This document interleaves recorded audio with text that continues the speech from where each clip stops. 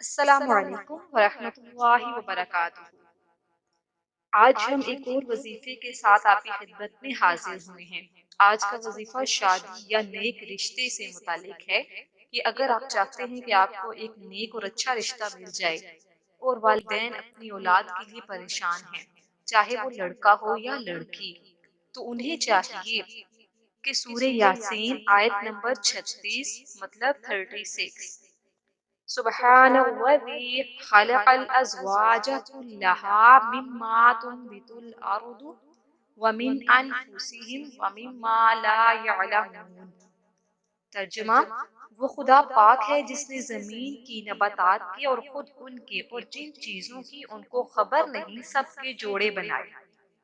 تو آپ یہ وظیفہ اس طرح کر سکتے ہیں کہ ہر نماز کے بعد 11 یا 21 مرتبہ پڑھنا ہے اور یہ آیت آپ نے اول و آخر درود شریف کے ساتھ پڑھنی ہے۔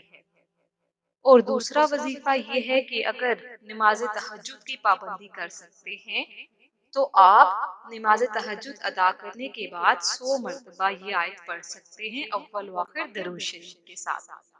ویسے تو آپ کو 5 وقت کی پابندی کے ساتھ یہ وظیفہ بھی کرنا ہے، اور اگر نماز تہجد پڑھ سکتے ہیں تو اس کے ساتھ بھی کر سکتے ہیں۔ ان دونوں میں سے کوئی بھی وظیفہ آپ کر سکتے ہیں۔ ان وظائف سے یہ ہوگا کہ انشاءاللہ عز و جل آپ کو جلد ہی نیک اور اچھا رشتہ مل جائے گا۔ جزاک اللہ